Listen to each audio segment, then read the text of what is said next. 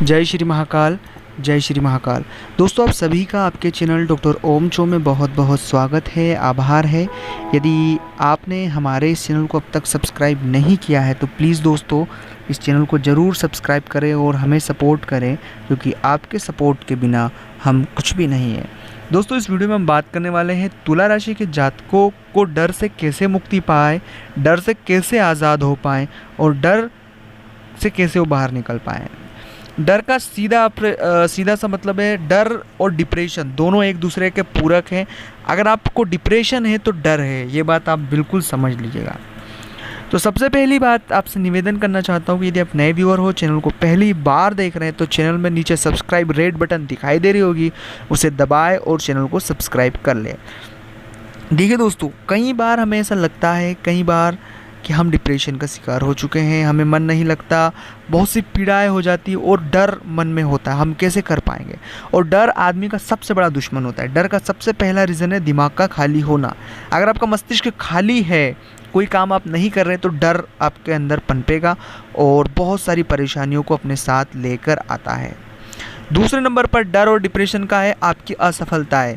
अपनी असफलताओं को अपने मस्तिष्क पर इतनी हावी कर ली है कि आप डर रहे और सहमे लगने लगे और मस्तिष्क काम आपका नहीं कर रहा है। डर, तीसरी वजह यह भी कि दिमाग का काम नहीं करना भी डर की एक वजह है। दिमाग का काम यानी इस तरह से कि हम कंट्रोल जो होता है हमारा नियंत्रण, उसे हम छूट जाता है और नियंत्रण के छूटने से डर पनपता है।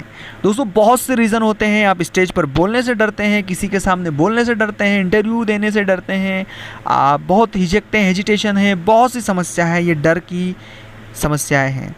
तो सबसे पहले डर की वजह जाने, हम क्यों डरते हैं। अगर आप स्टेज पर बोल नहीं पाते तो आपके पास शब्द नहीं है, आपके पास ज्ञान नहीं है, कौशल नहीं है, बोलने का तरीका नहीं है, यह मेन रीज़न है उसके।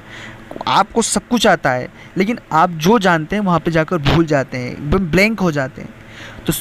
तो इस चीज़ को माने कि अगर आप स्टेज पर कहीं बोल रहे हैं तो समझिए कि सामने पूरे वृक्ष खड़े हैं और वृक्षों के बीच में बोल रहा हूँ। पूरी मस्ती के साथ बोले, आनंद के साथ बोले, तो आपका डर बाहर निकलेगा धीरे धीरे धीरे और डर आप निडरता में परिवर्तित हो जाएगा।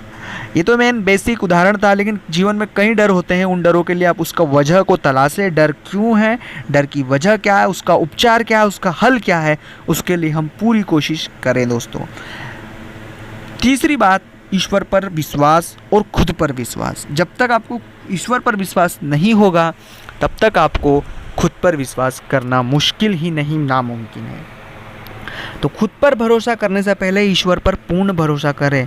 आप जिस भी धर्म से हैं, जिस भी देवी देवता को मानते हैं, जो भी हैं, मैं तो आपसे निवेदन करता हूँ अपने ईश्वर को माने, बाबा महाकाल को माने, बाबा भोलेनाथ को माने, शिव जी को माने, आप किसे भी माने, सब एक ही हैं।